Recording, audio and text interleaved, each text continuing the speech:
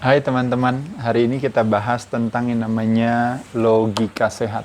Kenapa saya katakan perlu logika? Karena mungkin tampaknya hari ini kita sedang kehilangan yang namanya akal sehat kita ya. Karena kadang-kadang kita tidak punya pemahaman tentang apa yang terjadi, terutama dalam kondisi musim infeksi seperti hari ini.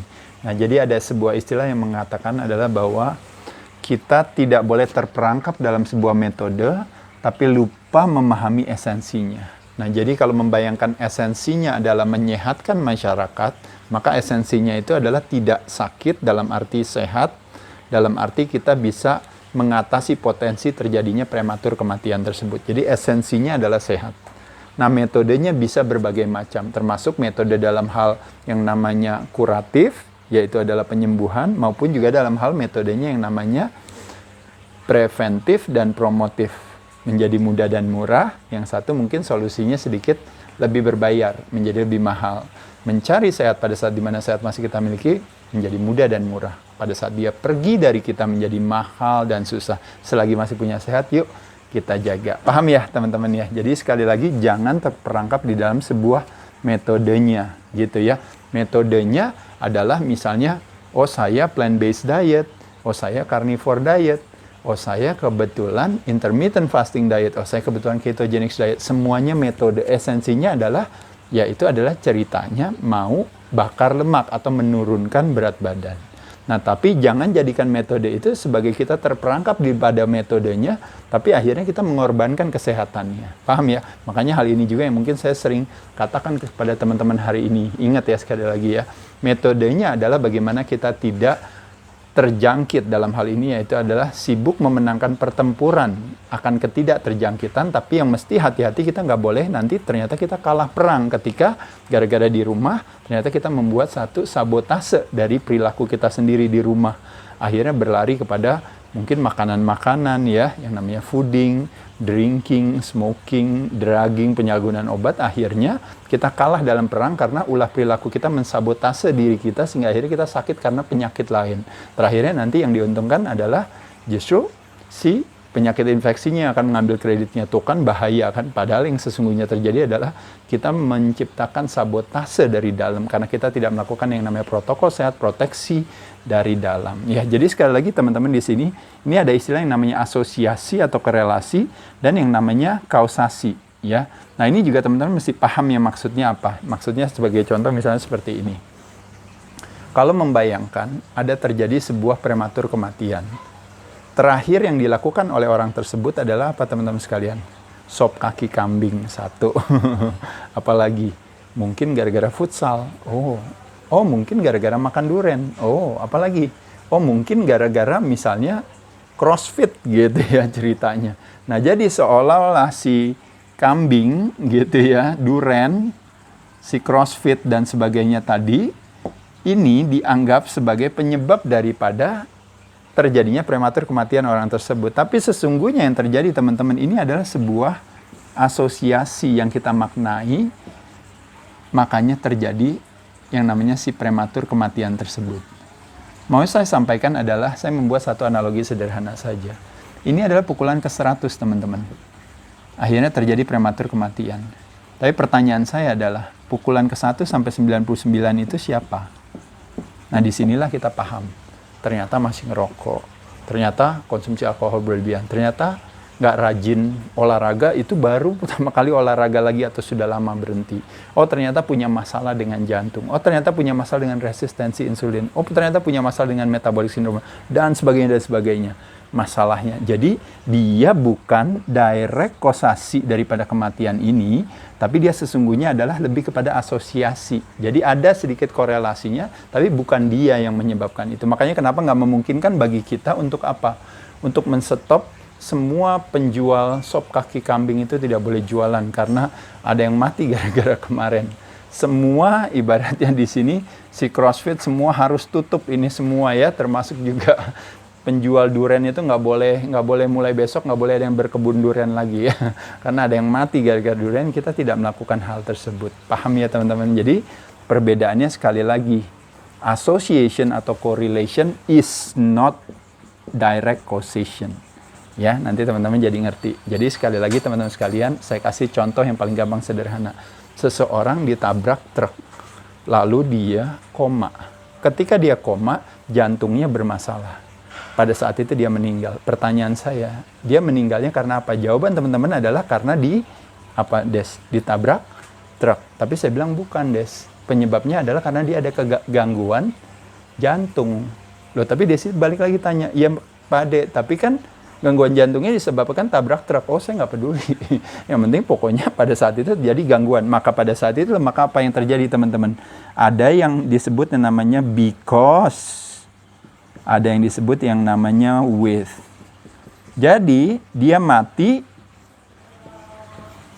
bukan because of jantung. Tapi dia mati dengan jantung yang lemah. Paham ya? Tapi kalau seandainya nanti sertifikatnya mati gara-gara jantung, bisa gak dibilang?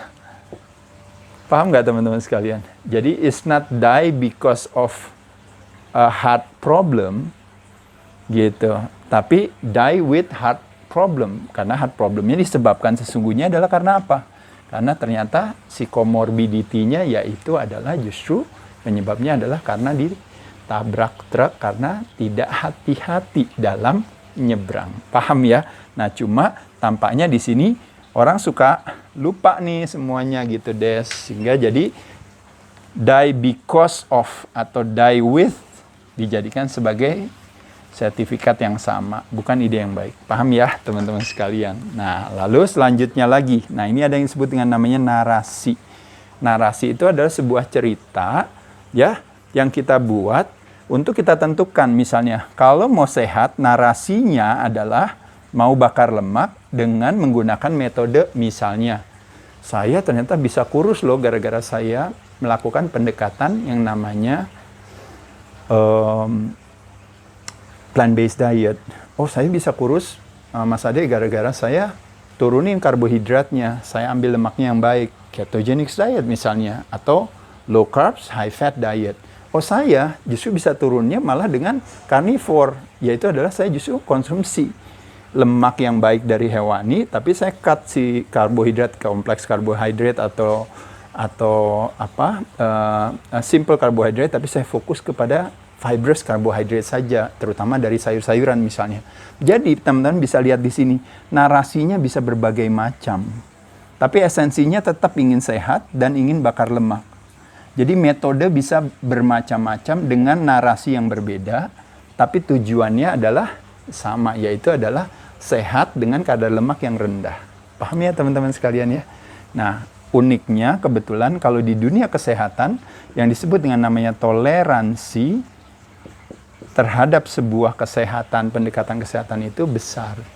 Tapi dalam dunia kesakitan tampaknya toleransinya tidak sebesar itu, sehingga narasinya harus ditentukan dengan satu narasi saja. Kalau ada narasi lain dianggap sebagai sesuatu yang berlawanan dan terakhirnya terjadi konflik di sana. Contoh misalnya, untuk bisa sembuh, kalau cancer berarti harus kemoterapi.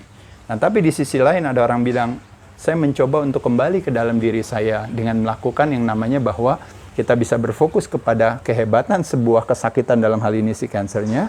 Tapi kenapa saya tidak mau berfokus kepada kehebatan tubuh manusia, bahwa tubuh manusia bisa mengembalikan, melakukan self-healing, melakukan self-cleaning, melakukan autophagy, melakukan apa juga dengan cara merubah opsi cara pandang, ya, menghindari konflik, atau dalam tanda kutip misalnya orang bilang stress management atau apapun, termasuk juga melakukan berbagai hal yang benar related dengan pola perilakunya yang lebih sehat, ngatur pola makannya, istirahatnya lebih cukup, menghindari konflik, mengkonsumsikan berbagai makanan-makanan yang alami, bukan makanan-makanan yang proses dan sebagainya.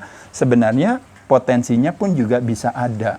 Tapi bayangkan kalau seandainya narasi itu dikatakan bahwa diwajibkan, nggak bisa, pokoknya jawabannya adalah kemoterapi. Pada saat itu terjadi sebuah konflik. Dan kalau kita melakukan segala sesuatu dengan sebuah keterpaksaan, kira-kira percaya gak kita mematahkan esensinya karena kita terperangkap di dalam sebuah metode, apalagi metodenya dipaksakan. Bukan hal yang bijaksana. Mengerti ya? Jadi sekali lagi teman-teman sekalian, kalau kita berbicara yang namanya scientific approach itu, teman-teman mesti paham bahwa itu menjadi sebuah ilmu pengetahuan karena mayoritas daripada apa yang terjadi adalah kurang lebih seperti itu. Mayoritas orang menurunkan karbohidrat, maka yang terjadi adalah apa? Berat badannya orang turun.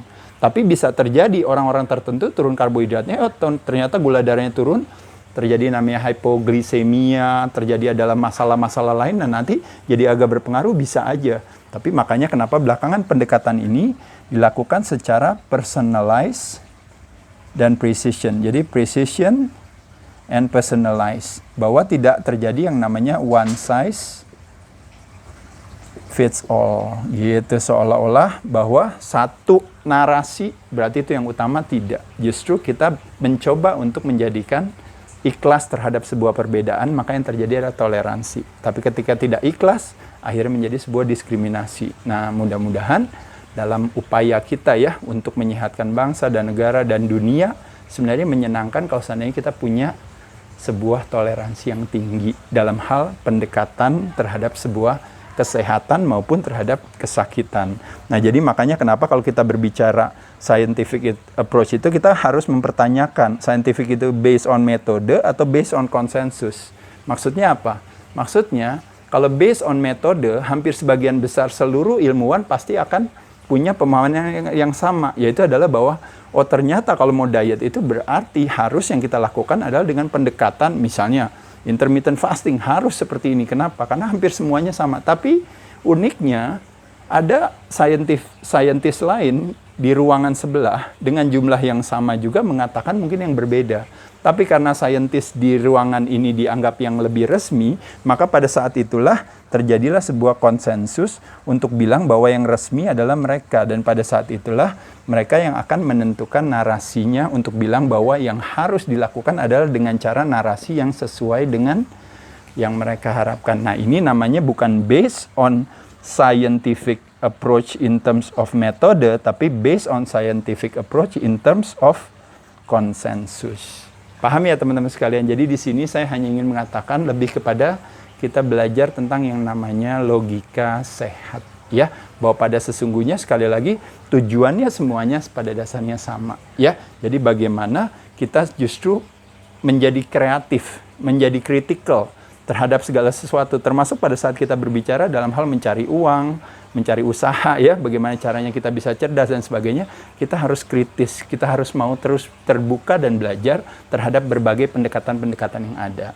Dengan sebuah keikhlasan terhadap sebuah perbedaan, menyenangkan, akhirnya kita menjadi lebih cerdas dari sebelumnya. Tapi ketika kita tidak ikhlas terhadap sebuah perbedaan, akhirnya either kita menjadi seorang yang fanatis, atau akhirnya kita menjadi seorang yang dipandang orang lain sebagai sesuatu yang idiotik. Jadi bukan hal yang bijaksana. Kurang lebih itu teman-teman, semoga bermanfaat. Ini sekedar bagaimana menjadikan pemahaman sebagai fondasi daripada sebuah kepatuhan. Saya ucapkan terima kasih juga kepada Sido Muncul Natural yang mensupport saya untuk membuat video ini, untuk terus mengedukasi teman-teman untuk bisa punya pola hidup yang lebih sehat. Saya ucapkan terima kasih.